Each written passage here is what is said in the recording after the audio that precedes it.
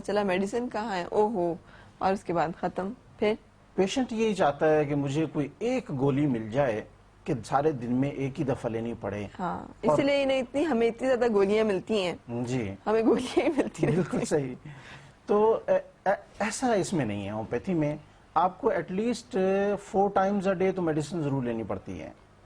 یا پھر دوسرا جو طریقہ ہوتا ہے اس میں ہائر پوٹینسیز کو یوز کیا جاتا ہے، صحیح. اور وہ اس میں پھر یہ کہ ریپیٹیشن کے اتنے چانسز نہیں ہوتے، لیکن اس میں پھر یہ ہوتا ہے کہ پھر ایگریویشن کے بھی چانسز ہو سکتے ہیں. اچھا. جس طرح سے لاسٹ پروگرام میں نے آپ کو بتایا تھا کہ ہائر پوٹینسی آپ یوز کروائیں گے تو رسک کے چانسز بھی زیادہ ہوں گے، ریکوری کے چانسز بھی زیادہ ہوں گے، کوئک ریکوری کے، اور رسک کے چانسز بھی زیادہ ہوں گے. صحیح. تو وہ پھر اوائڈ کرنا چاہیے. صحیح. تو اس لیے پیشنٹ کو ہم بتاتے ہیں کہ بھئی تھوڑا سا صبر تو کرنا ہوگا کیونکہ کرونک کیس ہے. سو ہومیوپیتھی جو لوگ ٹرائی کرنے کا ارادہ رکھیں ان کو صبر کے ساتھ اور مستقل مزاجی کے ساتھ چلنا ہوگا اس کے ساتھ. اگر انہوں نے ڈیزیز کو چھوڑ کے رکھا ہوا ہے اور اس کے ساتھ کافی عرصے سے چل رہے ہیں تو صحیح. اچھا، ہمارے ساتھ کالرز ہیں اور انہیں شامل کرتے چلیں گے. جی. السلام علیکم.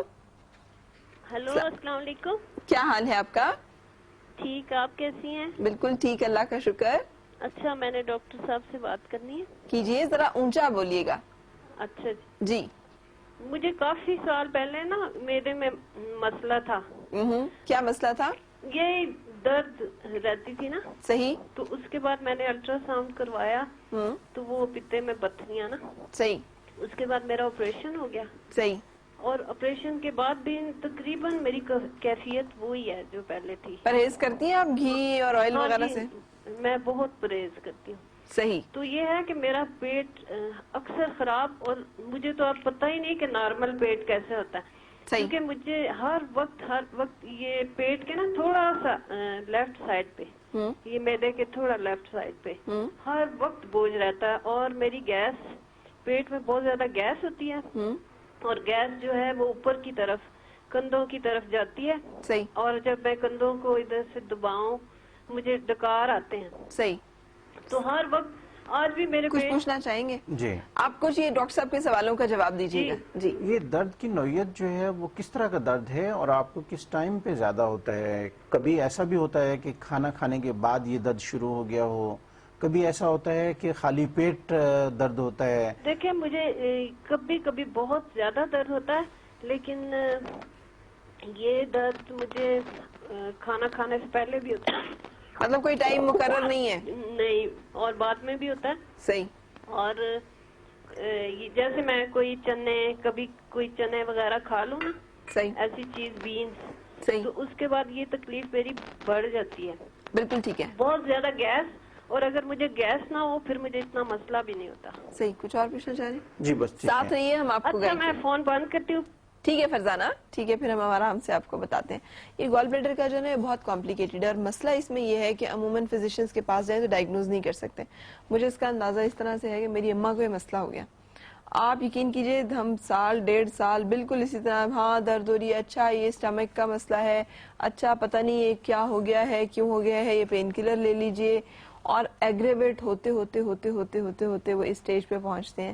اور جب بالکل وہ ایک فائنل اس پہ آ جاتا ہے پیشنٹ کے، جب وہ اس کی کوئی حالت نہیں رہتی، تو تب کہیں جا کے ڈائگنوز ہوتا ہے کہ اچھا چلے اب الٹرا ساؤنڈ بھی کرا لیا جائے کہ کچھ پتا چل جائے کہ کیا ہے. اس سے پہلے تک میڈیسن کے جو لوگ ہیں اور میڈیسن اسپیشلسٹ جو ہیں وہ ضرورت ہی نہیں سمجھتے کہ کوئی ٹیسٹ کرا کے تو ایک دفعہ ڈائگنوز کر لیا جائے. اصل میں بعض اوقات سمٹمز جو ہیں وہ اتنی مکس اپ ہوتی ہیں کہ وہ پیشنٹ کو خود بھی سمجھ میں نہیں آ رہی ہوتی ہے.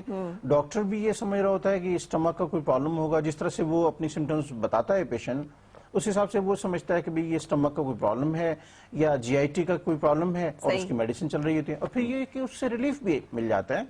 اگر بہت زیادہ کیس خراب نہ ہو، انفلیمیشن زیادہ نہ ہو، تو پھر وہ آپ نے میڈیسن دی، کوئی پین کی میڈیسن دی، تو اس سے وہ ریلیف مل گیا. یا اور مجھے ایسے بھی لگتا ہے کہ یہ کوئی ایک گو میں نہیں ہوتا مسئلہ، ہوتا ہے ختم ہو جاتا ہے، پھر ہوتا ہے ختم ہو جائے گا، سیٹل ہو جائے گا ایک تھوڑی مدت کے لیے، پھر ہوگا، پھر سیٹل ہو جائے گا. سو ایک گو میں نہیں ہوتا کہ آپ جس کو اس میں وہ کنٹینیوٹی اگر رہے نا تو پھر زیادہ پریشان ہو پیشنٹ، اور پھر ڈاکٹر بھی پریشان ہو اور الٹرا ساؤنڈ ایڈوائز کرے.